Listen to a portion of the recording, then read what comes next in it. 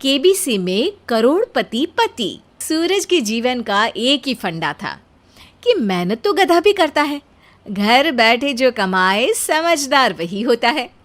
इसीलिए उसने कभी नौकरी ही नहीं ढूंढी। इस बात से हालांकि उसकी पत्नी शिखा बिल्कुल भी अग्री नहीं करती थी, पर फिर भी सूरज को समझाना बेकार था। टीवी में कैसे बनोगे करोड़पति का ऐड देखकर उसे लगा कि बस अब तो घर बैठे ही वो करोड़पति बन सकता है, और उसके पीछे उसने अपने सारे सोर्सेस एक्टिव कर दिए। 2 हफ्ते में उसके कलीग के साले के पड़ोसी के बेटे का सोर्स निकलता है जो कि उसे शो में पहुंचा सकता है, और सूरज उससे मिलने चला जाता है। अच्छा, तो हमें मुकेश जी बता रहे थे कि आप हमें शो में पहुंचा सकते हैं। हाँ, उसमें कोई तकलीफ नहीं है। मैं कल अगर कोशिश करूँ तो इसी महीने में आपका नंबर आ जाएगा। अरे ये तो बहुत बढ़िया हो गया। अच्छा, वो सिलेबस और क्वेश्चन पेपर का कोई जुगाड़ है क्या?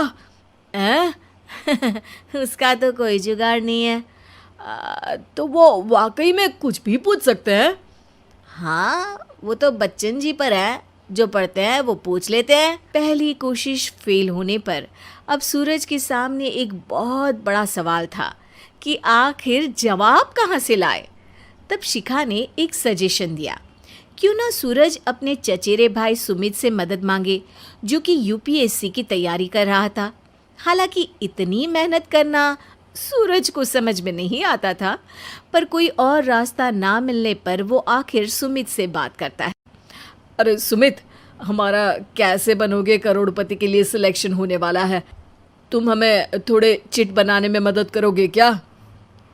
अरे भैया, चिट बनाए तो सालों हो गए, उसमें हमारा एक्सपर्टीज नहीं है, बल्कि आप बोलो तो हम आपकी पढ़ने में ज़रूर मदद कर सकते हैं। हट, कैसी अनाप शराब बातें कर रहा है तू।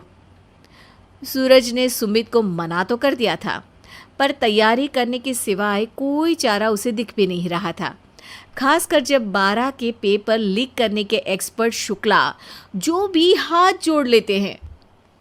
आखिर सूरज को सुमित के पास जाना ही पड़ा, और उसने सुमित और शिखा से वादा किया कि वो बहुत मेहनत करेगा। 1 महीने की तैयारी के बाद फाइनल हुआ कि शो से 1 हफ्ते पहले एक ट्रायल खेला जाएगा, जहां पर सारे रिश्तेदार ऑडियंस की जगह पर होंगे और शिखा सवाल पूछेगी। दूर दराज से भी रिश्तेदार आकर हाजिर हो गए देखने कि आखिर कैसे बनेगा सुमित करोड़पति। सब कुछ सेट था, और इतने में सूरज आकर अपना स्पीच देता है। ये 1 महीना मेरे लिए आसान नहीं था, पर अपने भाई सुमित और अपनी पत्नी शिखा की मदद से मैं इतनी दूर पहुंच पाया हूँ।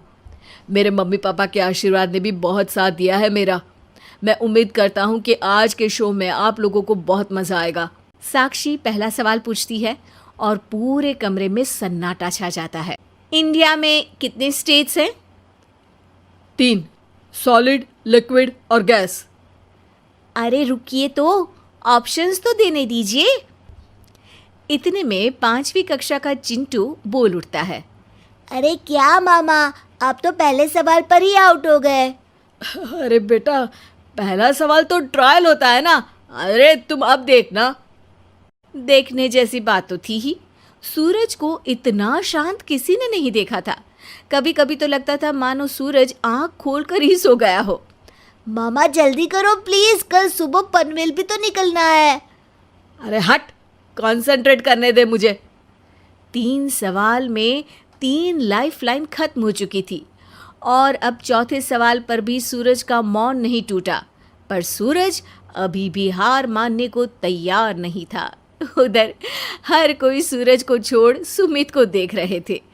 आखिर सुमित ने ही तो पढ़ाया था सूरज को। गजब बेइज्जती है यार। अरे बेटा, तो बाप का, दादा का, भाई का, सबका नाम बुड़वाएगा। अरे 3 लाइफलाइन ले ली तो भी तेरा कुछ नहीं होना है। अरे कोई इतनी बात करता है क्या शो पर? अरे बेटा, शो पर तेरे जैसे भी तो नहीं आते ना। सूरज की ये जंग आखिर 1 घंटे बाद 5वें सवाल पर खत्म हो गई, जब उसने इंडिया के नेशनल बर्ड का नाम कहा, कौवा। अरे बेटा, मजा तो बहुत आया, बस थोड़ा टाइम पर खत्म होता तो आनंद भी आ जाता।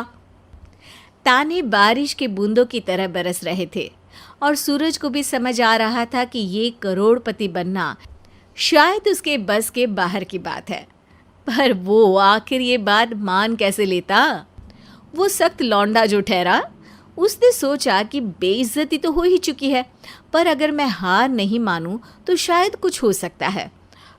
शिखा तुम देखना, असली शो में आग लगा दूंगा, आग, करोड़पति बनूंगा मैं। हाँ, सब्जियां खत्म हो गई है घर पे, ले आओ। पहले पति बन जाओ, फिर करोड़पति बनना। अरे गजब बेइज्जती है यार। बेटा अभी तो घर पर ही हुई है, 1 हफ्ते में तो तुम देश के सामने करवा कर आओगे। वैसे जब टीवी पर जाओ ना तो बस अपने मम्मी का ही नाम लेना, ठीक है? कोई पूछे तो बोलना कि पापा नहीं है मेरे। अरे पढ़ाई की, पेपर निकलवाए, इतने सारे लोगों को खाना खिलवाया, क्या फ़र्क पड़ा? इसीलिए मैं कहता हूँ कि मेहनत तो गधा भी करता है, घर बैठे जो कमाए वही सिकंदर। लेकिन मामा, गधे भी जानते हैं कि हमारा राष्ट्रीय पक्षी मोर है।